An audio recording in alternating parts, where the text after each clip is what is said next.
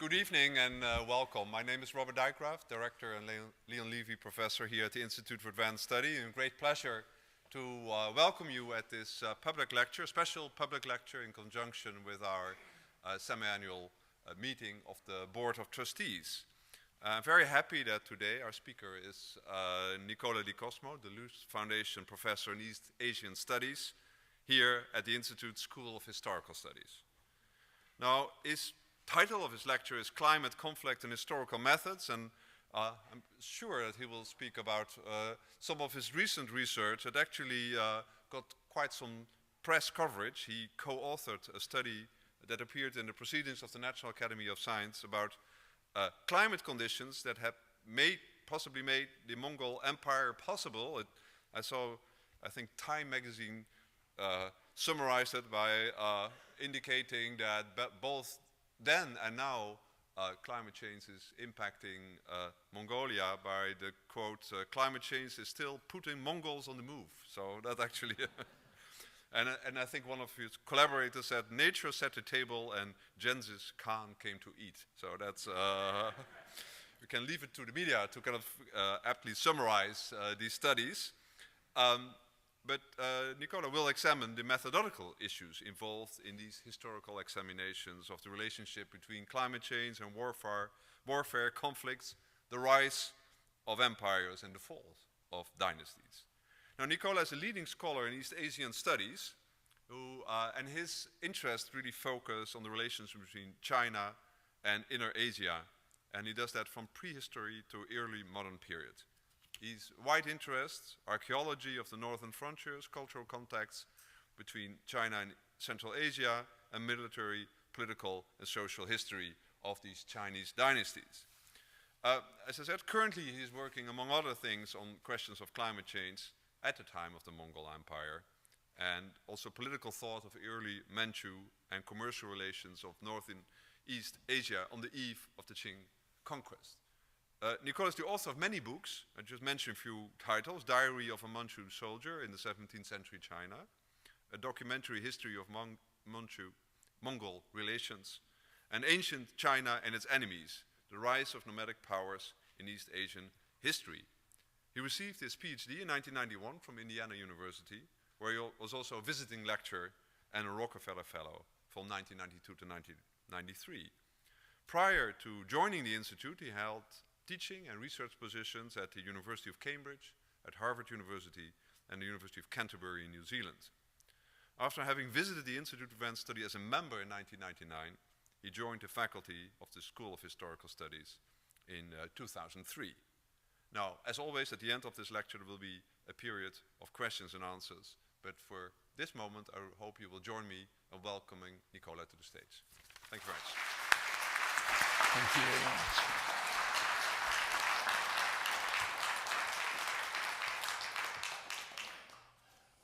Thank you very much, Robert. Very nice introduction. And thank you, everyone, for coming. And I will not disappoint you. There will be Mongols in this lecture, as well as climate. Research on climate change and on the vulnerability of different societies to extreme droughts, floods, and other climate-related catastrophes has filled the research agendas of scientists, policymakers, government officials the world over for more than 30 years. As it happens, even right now at Princeton University, there is a workshop on historicizing climate change today and tomorrow. One of the main concerns when we think about future scenarios is the likelihood that climate might engender wars, regional and national conflicts, together with migration, starvation, and epidemics. Geographers, earth scientists, climatologists, but also political scientists, sociologists, anthropologists, and economists have studied the possible correlations between climate and conflict. As long as the International Panel on Climate Change continues to demonstrate the growing reality of global warming, governments will have to get ready to face the consequences. But what these consequences may be is not easy to determine. Neo-Malthusian arguments predict that population pressure and scarcity of resources due to droughts and floods will produce conflicts, but the evidence is limited and contradictory.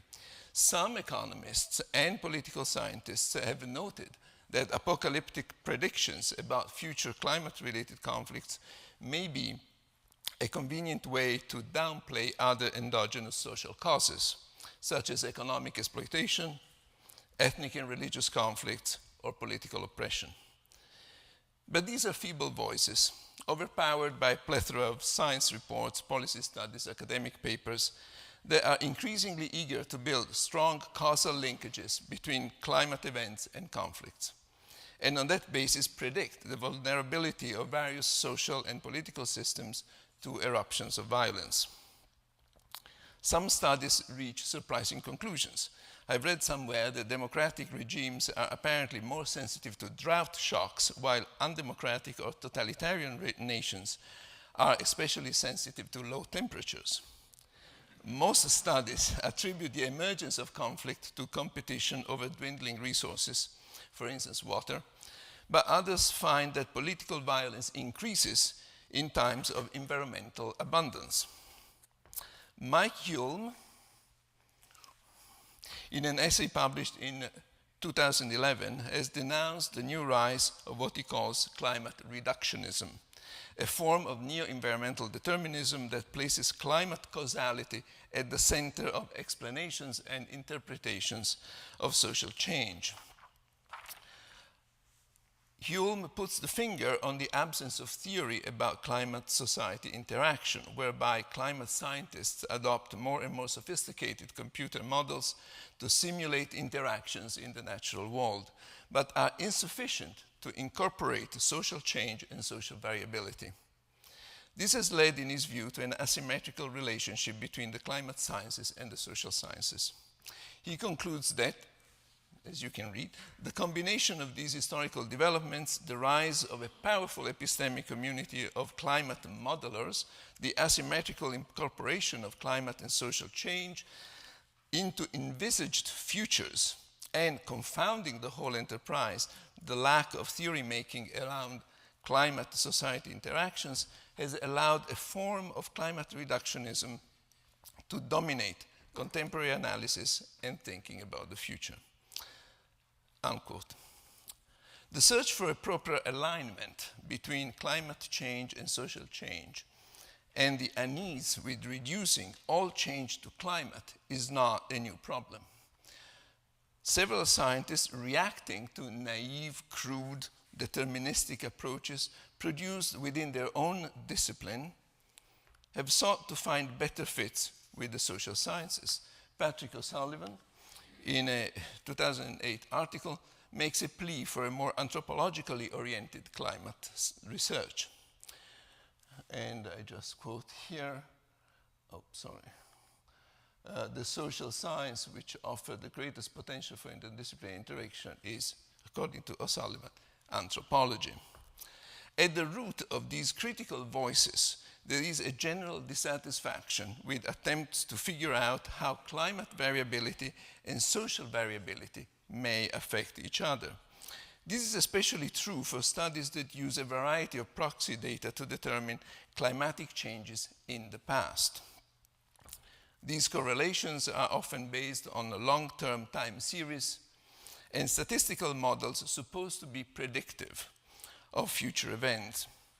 While some attention has been paid so far to the role of the social sciences in measuring climate causality in the two basic modes of climate impact and climate society interaction, not enough attention, in my view, has been paid to the type of historical data used in these models. If the modelers use a set of data that is crude, imprecise, incomplete, how useful are these models going to be? One might argue that the validity of any model based on historical data can be only as good as the historical information allows it to be. This calls into question the role that historians may play, if any, in studying climate-society interactions over long periods of time. So let me recapitulate briefly We have today a growing body of literature in both hard and social sciences on climate-generated conflicts, and this is going to increase as scientific data becomes more widely available and more precise. Results so far have been ambiguous, and the evidence for climate-generated conflict is still difficult to estimate. According to authoritative voices, however, there are fundamental theoretical weaknesses that need to be addressed. Some studies which examine climate change and conflicts, again over the long run, sometimes millennia, rely heavily on historical data. So far, the historians' involvement in interacting with climate and social scientists has been minimal. Now, some may say, am I not being a little too harsh on historians? What about environmental history? Environmental historians work essentially with texts and concerns themselves with a variety of topics, from material changes in the urban and rural landscapes to cultural representations of nature and the environment. As a field of historical research, environmental history does share some territory with historical geography, historical ecology, and has a boundary, certainly a porous boundary, maybe with climate science.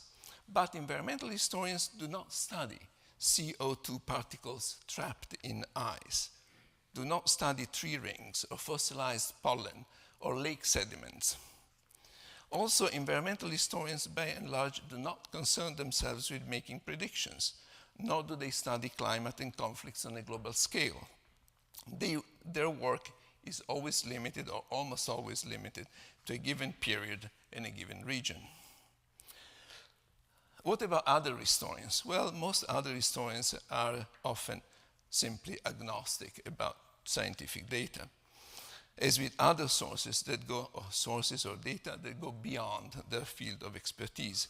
And I'd like to recall here the words of the historian of the ancient world, Arnaldo Momigliano, who, confronted with linguistic evidence about ancient connections between India and Greece uncovered by the linguist Émile Benveniste, said, "The poor historian knows nothing of relations between Greece and Iran before the 6th century BCE, can only report." Well, science is just as alien to most historians. Still, history can claim some remarkable success in studying the history of climate. Leroy-Ladurie, French historian, placed the study of climate squarely within the historical discipline nearly 50 years ago, with the pioneering book Histoire du climat depuis l'an 1000, translated into English as Times of Feast, Times of Famine, A History of Climate Since the Year 1000. Famously, the French historian stated, "Climate is a function of time. It varies. It is subject to fluctuation. It is the object of history." With that single sentence, Leroy-Ladurie affirmed the history of climate, and therefore climate change, as a subject of historical research, at the same time severing it from centuries of philosophical speculations about the relationship between climate and race, climate and civilization, climate and culture.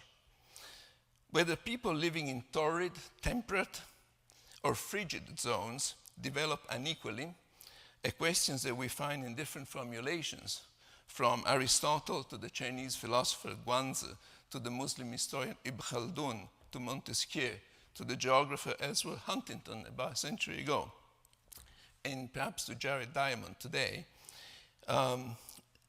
is really of no consequence to the French historian.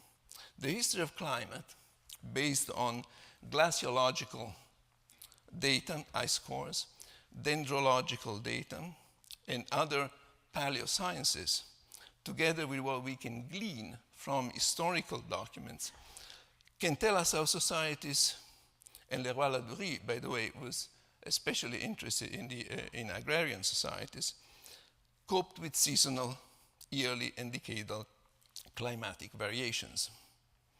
Other historians have paid attention to specific phenomena such as the medieval climatic optimum or medieval warm period, from about 900 to 1300, and the Little Ice Age from the 16th to the 19th century, more or less.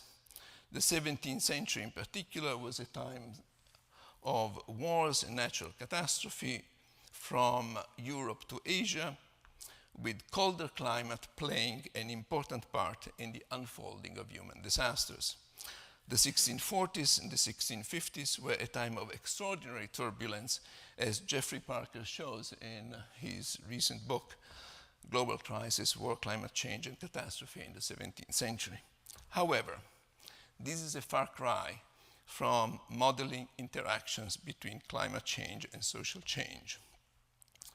Historians remain outside what Hume calls the epistemic community of climate modeling, and by and large reject, as crude geographical determinism, the new brand of historical interpretations based on statistical analysis. But do historians have no use whatsoever for these studies? Since they are increasing, these studies are increasing in number and circulation, they surely do have an impact, not only within a given community of scientists, but also outside it. As such data eventually, such conclusions, such interpretations, such analysis eventually flow into other fields such as political science or sociology or economics and become evidence for proponents of certain specific models and points of view. For instance, this is a good example. Climate conflict and social stability, what does the evidence say?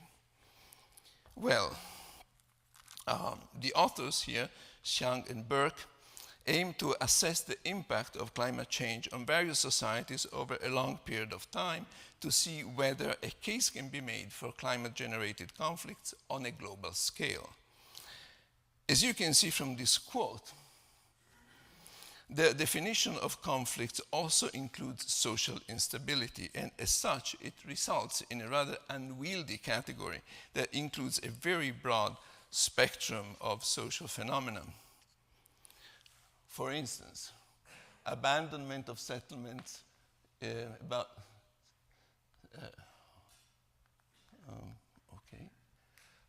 on the onset of rapid drying in the 6th millennium BC in the Sahara, collapse of the Akkadian Empire. This is really strange. 641 to 1438, flood devastated Egyptian agriculture, causing the regular dismissal of politically appointed religious authorities. Hardly a catastrophe, I think.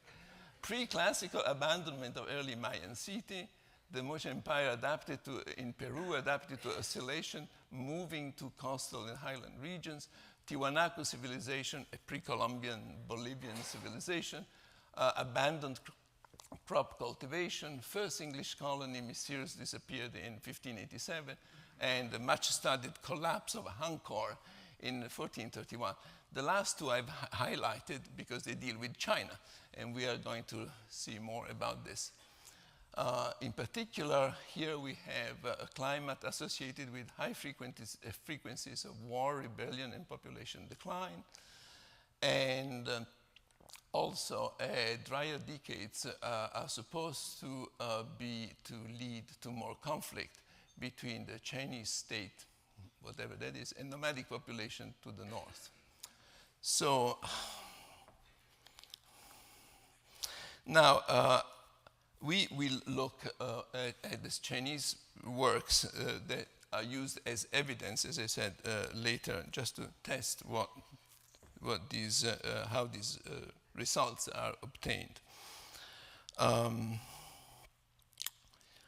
In the conclusion, the authors of this book, of this article, also state that, and I will highlight this, studies best positioned to make rigorous causal claims overwhelmingly indicate strong linkages between climatic anomalies and conflict and social instability.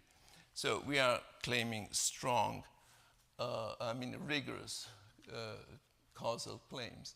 And also the majority of studies suggest that conflict increases and social instability decreases when temperatures are hot and precipitation is extreme. All of this calls for some testing, I think. And so I will now turn to 3 Chinese articles, 2 of which are actually cited in this study, as a way of, as I said before, of testing how rigorous and scientific these studies actually are. All of them try to prove the existence of a causal relationship between climate and some type of conflict. That is, invasions, wars, and the collapse of Chinese dynasties. So here is the first article, which was published in 2011. This is all very recent literature, by the way. The authors want to prove that attacks by nomadic people coincided with, and in fact were caused by, droughts. This is the critical piece of information that sort of summarizes the research. These bars indicate the frequency of nomadic attacks. These little triangles are indicate floods based on breaches of the Yellow River. The square ones indicate droughts, and these rhomboids with a percentage indicate the number of years that China was under nomadic control or foreign domination. What kind of areas are they looking at? Well, they're looking at, this is where the nomads are. It's a pretty large area. This is China, by the way. And this is so-called China proper. This is what they call China. Of course, all the rest of it is also China. But this is what they call China proper, and this is what they call nomadic. So region 1 is China, region 2 is nomads. Now, on the basis of their results, they say that their results demonstrate a strong positive relationship between negative rainfall shocks and sino-nomadic conflict. For instance, the positive coefficient of the lowered precipitation variable, drought, suggests that less rainfall significantly increases the frequency of nomadic invasions, whereas more rainfall reduces it. But let's look carefully at the kind of data that they use. The authors do not use as proxies any of the scientific data available to them, but rather historical records. We employed a decadal share of years with recorded drought disasters. These are written records recorded in Chinese histories. Similarly, yes, so what they're looking at are written records, not scientific actual proxy data from tree rings or pollen and so forth. It would have been important, I think, to check how these written records match up with proxy data for temperature and precipitation that are currently available. We will see how other studies actually use this proxy data much more effectively. What is happening here is that they're actually not correlating, by the way, droughts in nomadic area with nomadic attacks in China, as implied in the introduction. This is what they say in the introduction. Nomadic economies were heavily dependent on the grazing of vast herds of animals, but these people often lived under unfavorable continental climatic conditions with little rainfall. What they are correlating is the nomadic attacks with droughts that are actually recorded here in China itself. Because only these droughts were recorded by Chinese officials. So what about the sources for the nomadic attacks? Well, these are lists of battles produced again by modern contemporary Chinese historians that really make no difference between one type of battle or another type of battle, or between one type of nomad or another type of nomad. So it is therefore not surprising that the results are so difficult to understand in terms of how they match actual history. For instance, the 2nd century seems to be a century with a very high frequency of nomadic attacks against China. We have a very long bar. Although actually, the droughts are not so bad, apparently. But in 2nd century China, most of the problems that the Han Dynasty had was with nomads that had been, or foreign people that had been relocated inside China's borders, which was a failed policy that led to many different types of problems, including lots of rebellions. So really nothing to do with climate, I think. But let's look at the 6th century. There seems to be almost no conflicts here, very low, although the drought index is a little higher. Why there are no conflicts? Actually, this is one of the most tumultuous centuries in terms of political upheaval in early Chinese history. So maybe we have no nomadic attacks registered because 82% of this century, that is, I guess, 82 years, are supposed to be, China is supposed to be under nomadic rule. But then how do we explain the 13th century, where we have 100% of nomadic rule in China and yet very many attacks? So who is attacking who? So most interesting of all is the 16th century. Now, the 17th century is the one that I've showed before, studied by Jeffrey Parker, with really, really amazing climatic events and rebellions, wars, conquests, and so on. But the 16th century was relatively peaceful. I mean, this is one century when the Great Wall actually worked in Chinese history in maintaining order on the frontier. So I honestly have no idea what are the nomadic attacks that they are registering, and since there are no details given, it's impossible to find out. Let's move to a second case of climate and conflict, in this case, climate and wars. The authors of this article correlate battles occurring in China from the year 1000 to 1911 with temperature using, in this case, actual scientific data. Tree ring, coral, ice core, borehole, as well as data, as well as historical documents. The authors show a strong correlation and, in their view, a strong causal link between low temperatures and high frequency of wars. And this is because temperatures translate, in their view, into poor harvests, and then poor harvests generate more conflicts. They conclude that climatic change has played a very important role in Chinese history, etc., and high war frequency caused the collapse of dynasties and population. Well, let's see how they go about it. This is a graph, an interesting graph. I don't ask you to read this. I will just say this is a combined index of the various type of temperature measurements. This is a graph that indicates rebellions and wars. I mean, they discriminate between these two data, but really doesn't matter very much. These are data of rebellions and wars in 3 different areas, northern, central, and southern China. And this is a graph that shows population trends as well as dynastic, the dynasties and dynastic change. So here we have another graph. This is figure 3, actually. And they take a record only for a very short period of time because they cannot access records for harvests.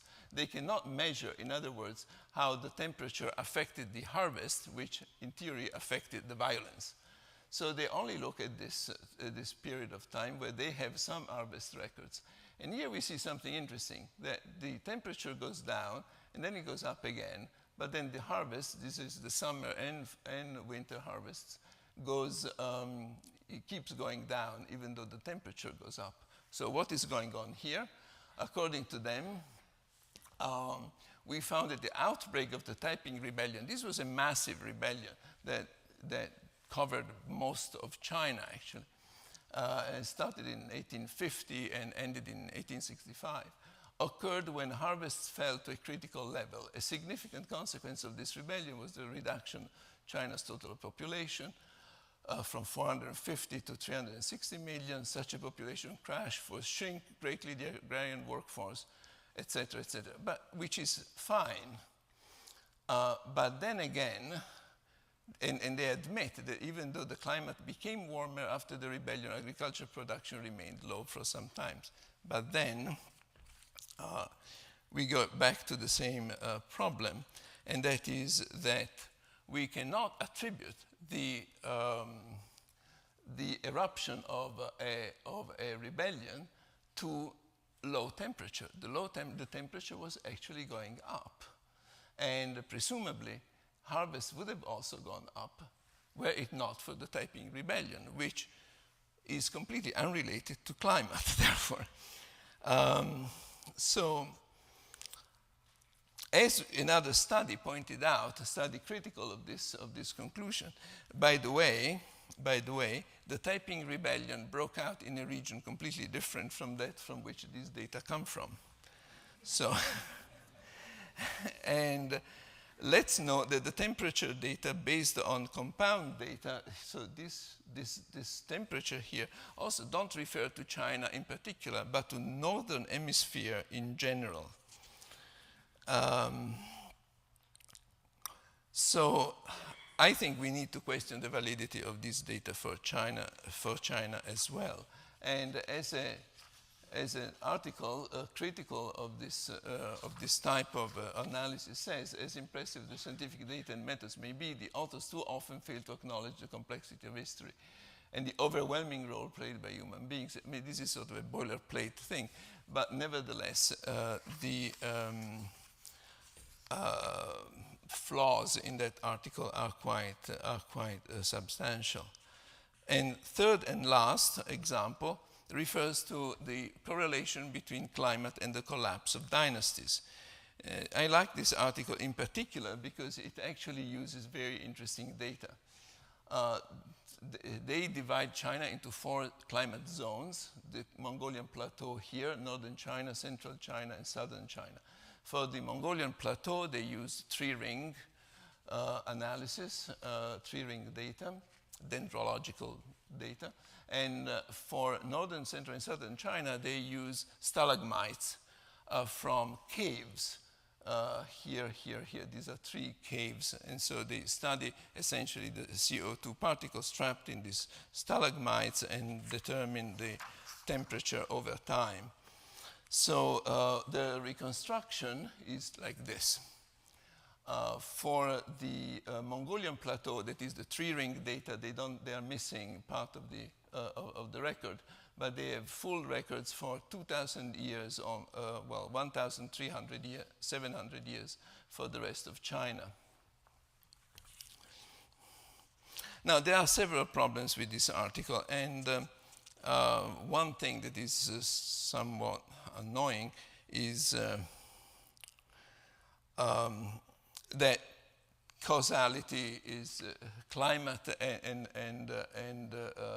social events are linked in a very sort of deterministic way. For instance, here you see biological productivity resulting in the Jin dynasty being limited to southern China, or we can have several,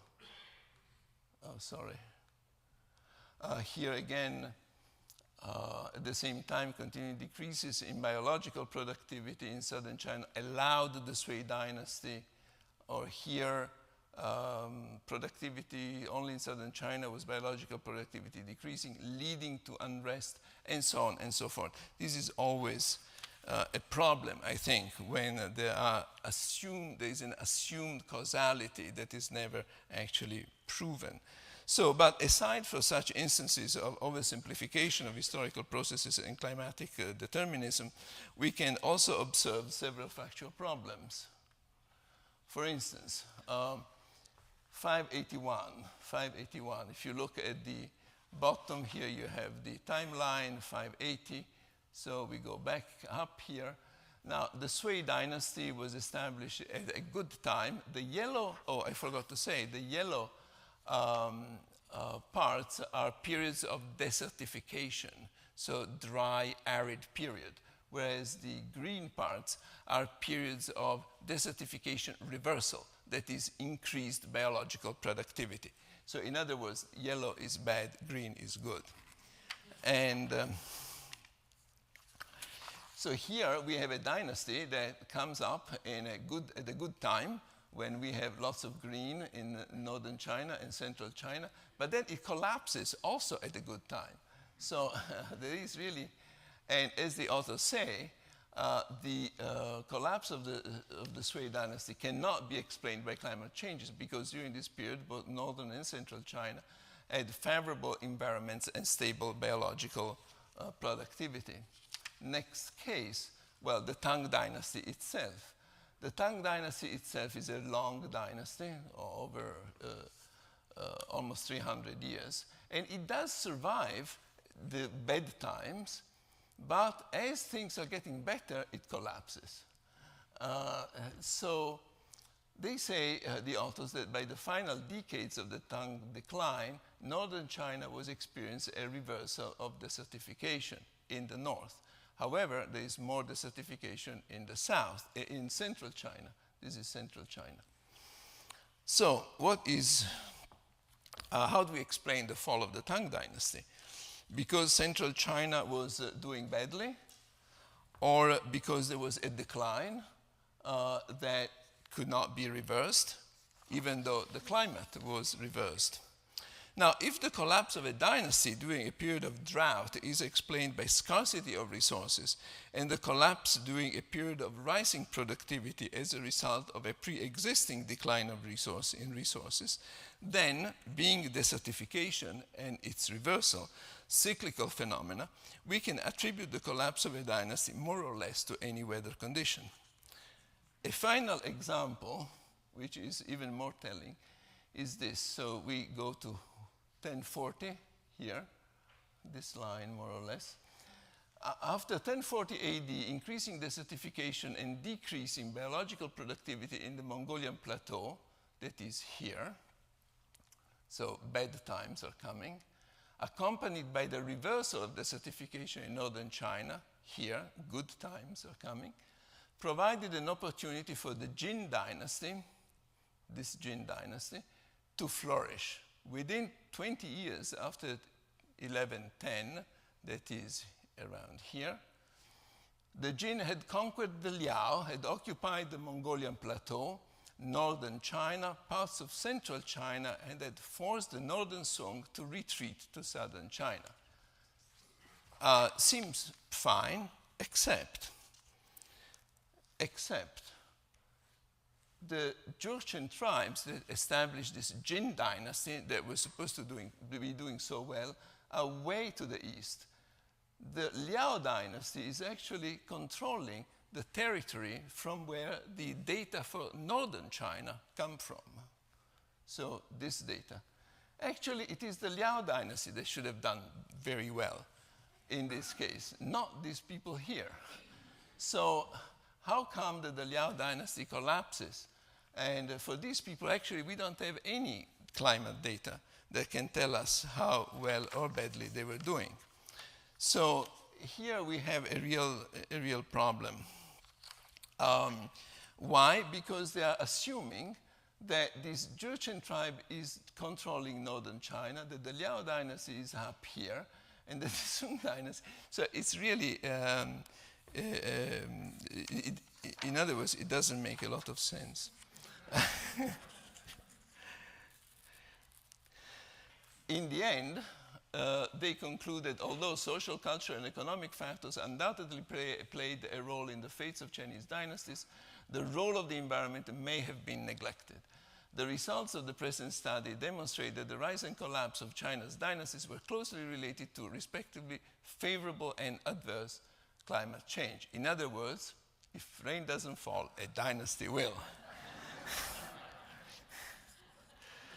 So from a historical standpoint, these studies do not meet really the standards of rigorous analysis attributed to them, in my view. But how can we avoid the ripple effect of flawed historical arguments being used as evidence in a number of other fields, including the social sciences? How can we exercise better control? This is hard to say, but oops, not yet. This is hard to say, but what can I do is to explain how, in my own research, I've tried to approach this question. And so in the last part of this talk, I will explain my research and especially my collaboration with climate scientists. The result we obtained, and these are my climate scientist collaborators in Mongolia. The results we obtained were contextualized by placing them in relation with what we believed are reasonable historical assumptions, thus constructing a case study that shows a particular type of interaction between climate and society at a particular point in time. I think this is an important methodological point. That is, we do not look for a law or a regularity spanning millennia, but try to explain, as historians do, a specific occurrence in which climate seems to have played a key role. About 2 years ago, I was asked to collaborate with the other PIs, dendrologists, tree-ring specialists, to apply for a Nation Science Foundation grant on the impact of what they call energetics, or energy, generated by warm and wet weather on traditional Mongolian, in traditional Mongolian economy. And the general objectives, this is the title of the project, which was approved, Pluvials, Droughts, Energetics in the Mongol Empire. And one goal was to study the role of grassland productivity in the rise and fall of the Mongol Empire. Second, to explain the environmental factors, if any, that contributed to the rise of the Mongols. Then we wanted to examine the role of water and grass, which they understand as energy in the success and failure of past societies. This is pretty broad. And finally, enhance our understanding of climate change from the warm medieval climate anomaly to the cold Little Ice Age. As you realize, this tree-ring specialists work with very long time series. And this is the article that we published recently that Robert kindly mentioned before, Pluvials, Droughts, the Mongol Empire and modern Mongolia. More specifically, the tree-ring data were collected in this place, the Okhon Valley in central Mongolia. Very nice place. And what the tree-ring showed was something like this. So this is again a timeline from 1100 to 1400. It's just a piece of a much longer series.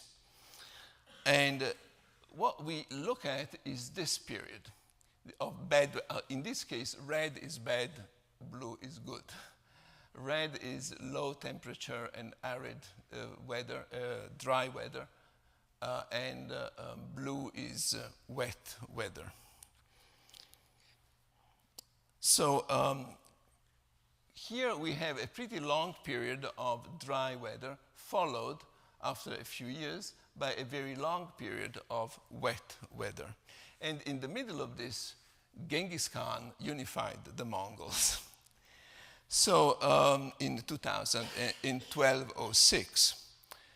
So the scientists wondered whether there might be a connection.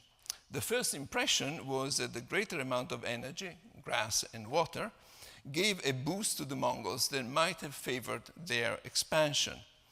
In order to move beyond this intuition, which would have resulted in the type of argument that we have seen before, better weather led to the rise of the Mongols, we needed a better understanding of history, in my view.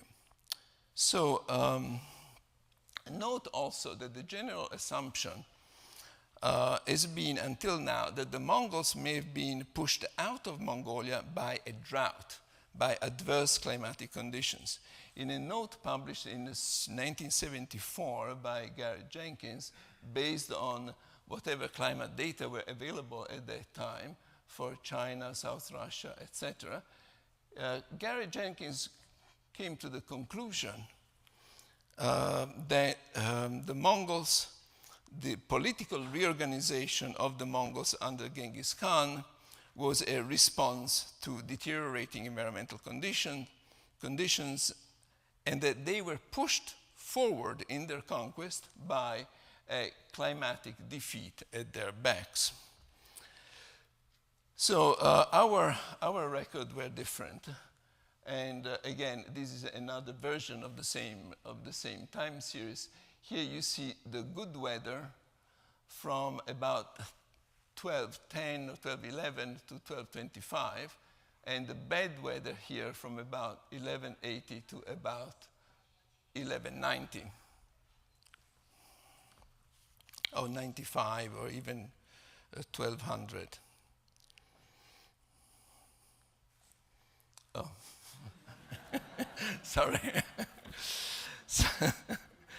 So based on this climate data, which I assume to be correct, the following considerations were made. First, the period of climate crisis, this period here, this bad time here, low rainfall, is consistent with what we know from the only source that tells us anything about the Mongols at that time, that is the secret history of the Mongols.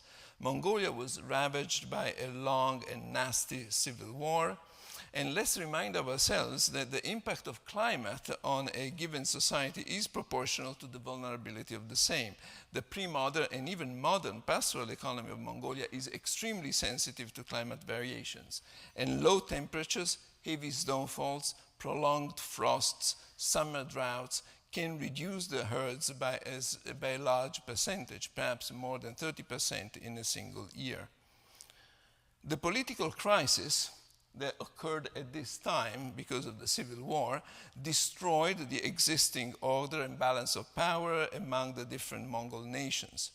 This old order was replaced by a new one, with the formation of a unified, centralized government under a single ruler, as I said, Genghis Khan, and with this impersonator here, in 1206. Now, right after that, the Mongols embarked in a series of military campaigns in North China against various states. And here we have a graph of all the campaigns, 1207, 1209, 13, 11, 15, 18, and then all the way to Central Asia, more or less at the same time, in that decade between 1210 and 1220, 1225 actually. So as we have seen, the three-ring data tell us that from 1211 to 1225, there was a time of extraordinarily good weather, warm and with plenty of water and grass. Is there a connection, therefore, between the military expeditions of the Mongols to the south and to the west that took place in this period? This is where historical knowledge can help, I think. A unified steppe empire requires resources that its own pastoral economy cannot produce, no matter how good the weather. Concentration of power meant that the Khan, the great Khan, the court, the army, service agencies, relatives of the Khan, their retinues, artisan quarters, the religious establishments, all of these had to be located in one place and fed. Even more importantly, the political structure was based on the aristocrats' consensus, which needed to be rewarded, paid for. Since the Mongols lacked proper fiscal instruments, the only way for the central power to gain the resources to support this particularly expensive establishment was to seek external tributes and payments. The political mechanism whereby greater centralization requires resources greater than what a traditional pastoral economy can yield provides a reasonable, historically based answer to the question as to why Genghis Khan, or Chinggis Khan, as we call him, like so many other nomadic empire builders, embarked on several campaigns to extract resources in the forms of payments from neighboring states. Does the weather play no role at all then? Well, I believe it does. The question that is extraordinary about the Mongol conquest and cannot be answered satisfactorily by the theories we have is a tremendously broad and fast expansion of the Mongols.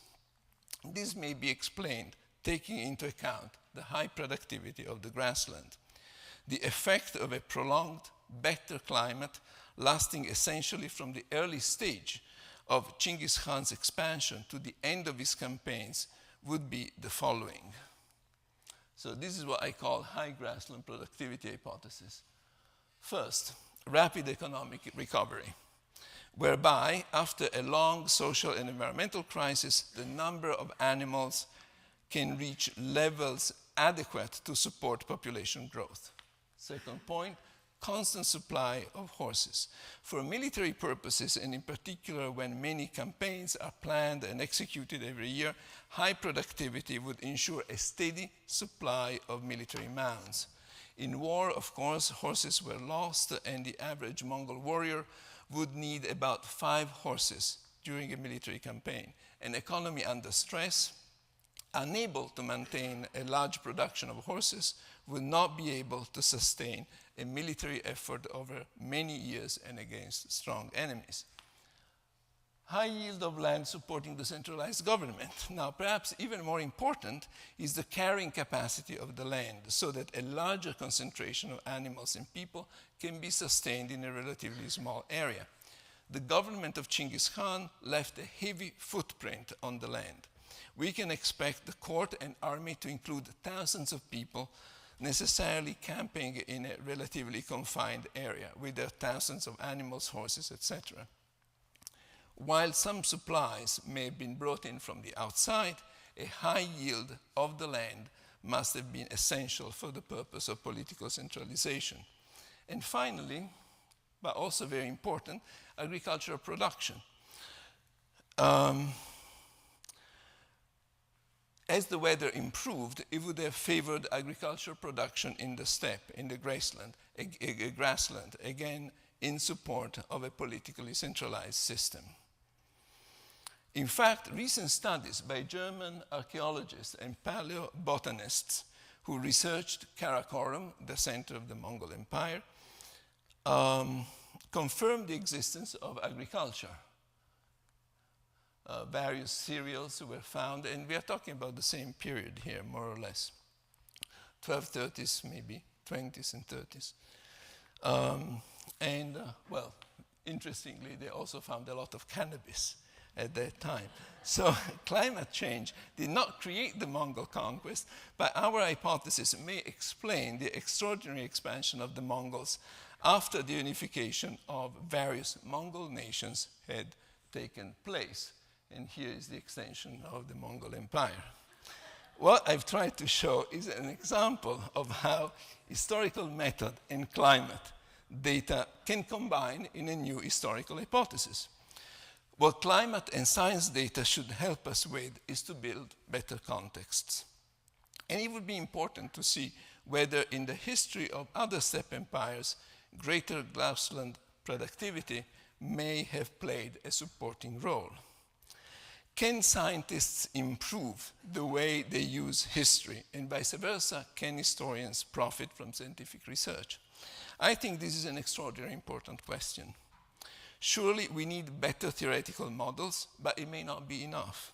A middle ground needs to be constructed so that cooperation can be fostered and mechanisms of communication improved. At any rate, if the predictability of future climate-induced conflicts depends on how good we are at reconstructing the past, historians, I think, will have to be involved. Thank you.